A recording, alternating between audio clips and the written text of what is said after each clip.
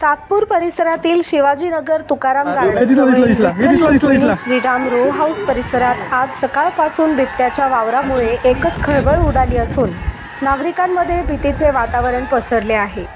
सकाळी 7 वाजेपासून सुरू झालेली ही थरारक घटना दुपारपर्यंत लपाछपीच्या खेळातच अडकून पडली होती।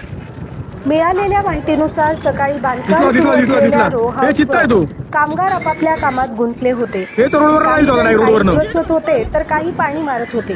याच दरम्यान अचानक पाठीवर जखम झालेला बिबट्या त्यांच्या समोर आला।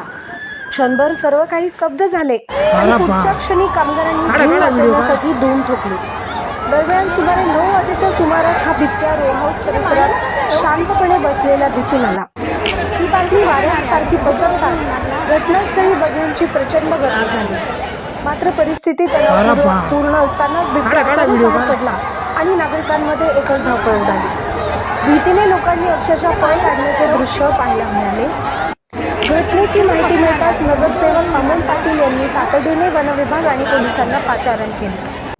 गंगापूर पोलीस पथक, वन विभागाचे अधिकारी आणि रेस्क्यू टीम घटनास्थळी दाखल होऊन सुरू करण्यात आली।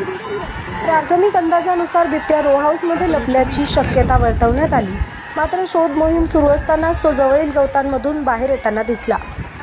वन विभागाने त्याला बेशुद्ध करण्याचा प्रयत्न केला, पण तो पुन्हा झुडपामध्ये पसार झाला। परिसरात मोठ्या प्रमाणात वाढलेल्या गवत आणि बिबट्याचा अचूक ठाव ठिकाणा मिळणे कठीण जात असून ड्रोनच्या सहाय्याने शोध मोहीम अधिक तीव्र केली आहे। जवळपास 4 तासांपासून बिबट्या झाडाझुडपांमध्ये लपून बसल्याची माहिती आहे। दरम्यान सुरुवातीला बिबट्या ध्रुवनगर परिसरात असल्याची अफवा पसरली होती। मात्र नंतर तो शिवाजीनगर महाराज क्रीडांगण परिसरात तुळजाभवानी मंदिराच्या मागील बाजूस लपले असल्याचे स्पष्ट झाले।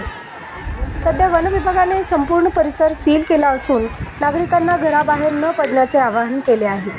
तरीही कुतूहलापोटी काही ठिकाणी नागरिकांची गर्दी होत असल्याचे दिसून आली। संपूर्ण परिसरात सध्या तणावपूर्ण शांतता असून काहीही घडू शकते अशी परिस्थिती निर्माण झाली आहे।